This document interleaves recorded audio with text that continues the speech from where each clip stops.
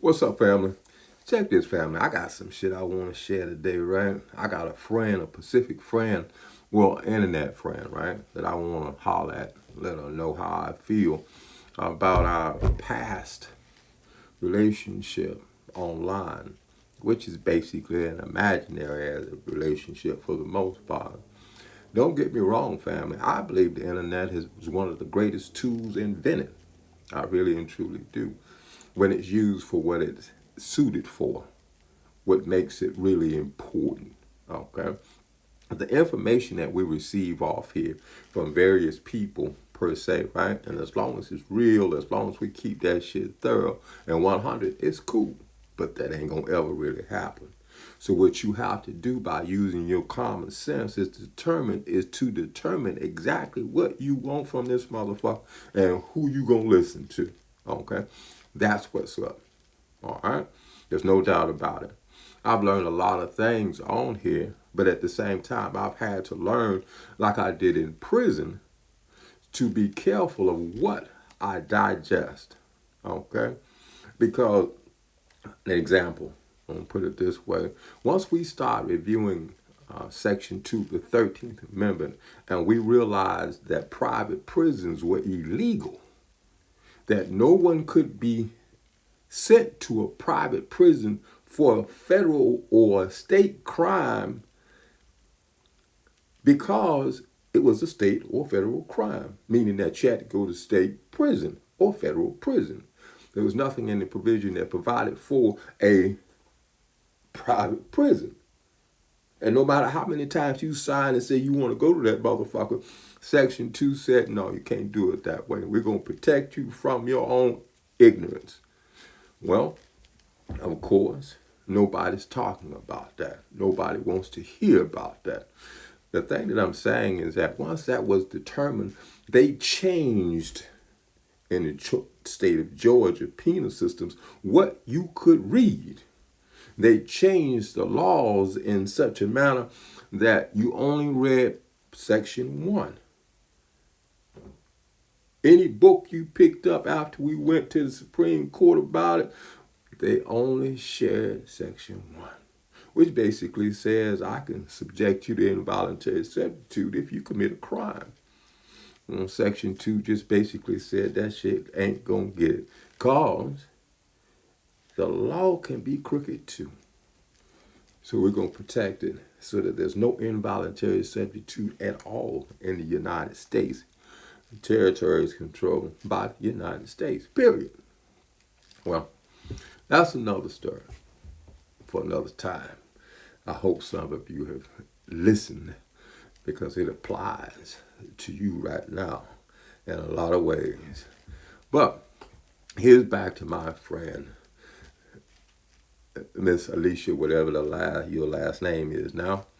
Darling, when we first started out, it was a fun thing to do online, knowing that I would be contacted from time to time by my imaginary friend online, who tried her very best to be sure I understood that it was a valid and real relationship.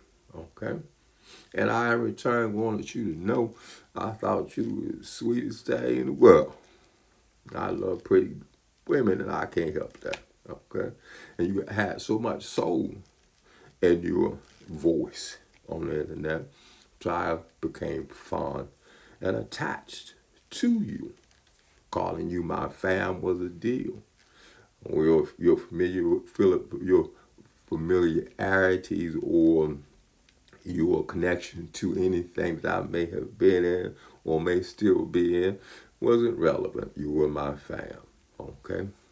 But here the deal, darling, so you can feel me. All right? The reason we're having these disagreements at this particular point in the game is that, for one, if I'm gonna kick it with any female, she ain't everybody female. Okay? Once you get married, you're married to that nigga. Okay? Not to me. I'll continue to be your friend, but here the deal, ain't nothing else I can do. I'm not going to insist that you do nothing. And when you start dropping babies by this nigga, that that alleviates that thought of me wanting to venture out into those waters with you.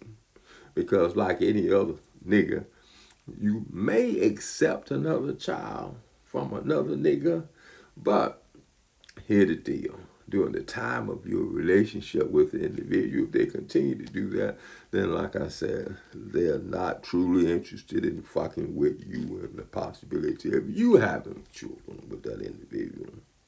Well, that was just one of those things. Miss Alicia, whatever your last name is. The other issue was we were supposed to become this power couple. These two people that could make shit happen. I thought that was an interesting situation, but you had all this shit lined up for you to do that I don't fuck with, and you forgot to inform me about it. And more than anything else, you forgot to tell me how the fuck I was gonna benefit from it. You were gonna power your couple up and get paid from shit that I don't fuck with, and you left your boy out in the cold. Said, fuck me, I'm gonna power up by my goddamn self. Well, then you have that right to do that. But I'm not gonna help you do a motherfucking thing that I ain't gonna benefit from, especially from some bitches that I don't fuck with. Then that number 3 thing is, dude, let me tell you something about power couple. And here to deal with it from my standpoint. Man, you doing something, my nigga, on God, then I ain't finna take care of no nigga that you fucking. Not even your husband. You get where I'm coming from? I'm not finna take care of that little feline ass nigga. That ain't real. You done lost your goddamn mind. I don't know what happened to you. I often wonder sometimes if y'all gonna be fucking like you do. If when them niggas be jabbing that dick in your mouth, they done beat your goddamn brains out because you done lost your motherfucking mind. There was a time when I thought you had plenty of goddamn common sense. But I don't know what the fuck happened to you, homegirl. I'm not angry with you. I'm not mad with you. The content I put out about you being a dyke and shit was really to goddamn wake your ass up. But either did or didn't. The important part is that I respected whatever the fuck it is that we had enough to address you. Make sure that you and everybody that's caught up in this bullshit understand that I ain't just being a nasty motherfucker because I like to be nasty to you. I'm doing exactly what's necessary for you to understand this is reality. And nigga, you know better.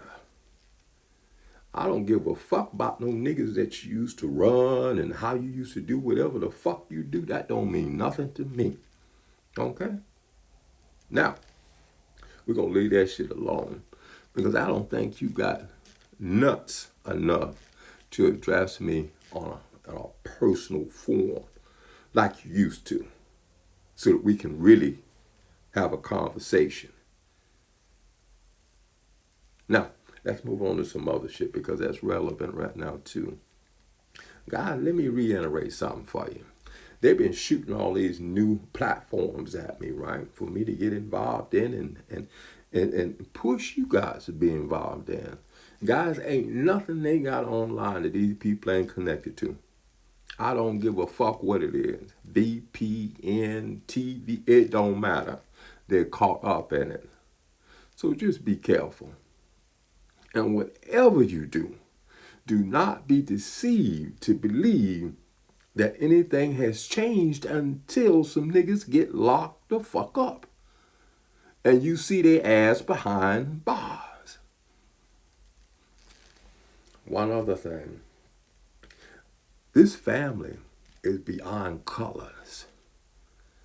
So at no time should it be taken for granted that I'm just a nigga that follow and love my people so much that I can't love anybody else.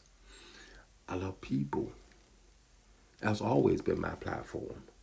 I want my people, the ones that are considered niggas in this world, to understand that they were important in the scheme of things. And without them, a lot of this shit would be in the fucking dark ages. That's reality.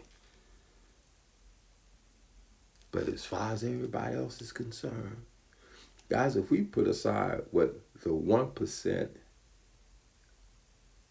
ignorant ass racist pieces of shit try to teach us and dig into some reality shit, we wouldn't be separated. We would be strong enough to realize what reality is. And when we come together as a people, most of the shit that we're going through now wouldn't exist. Might be something to think about, because that's what it's going to take for us to move forward. Family, I love you, and you have a good weekend.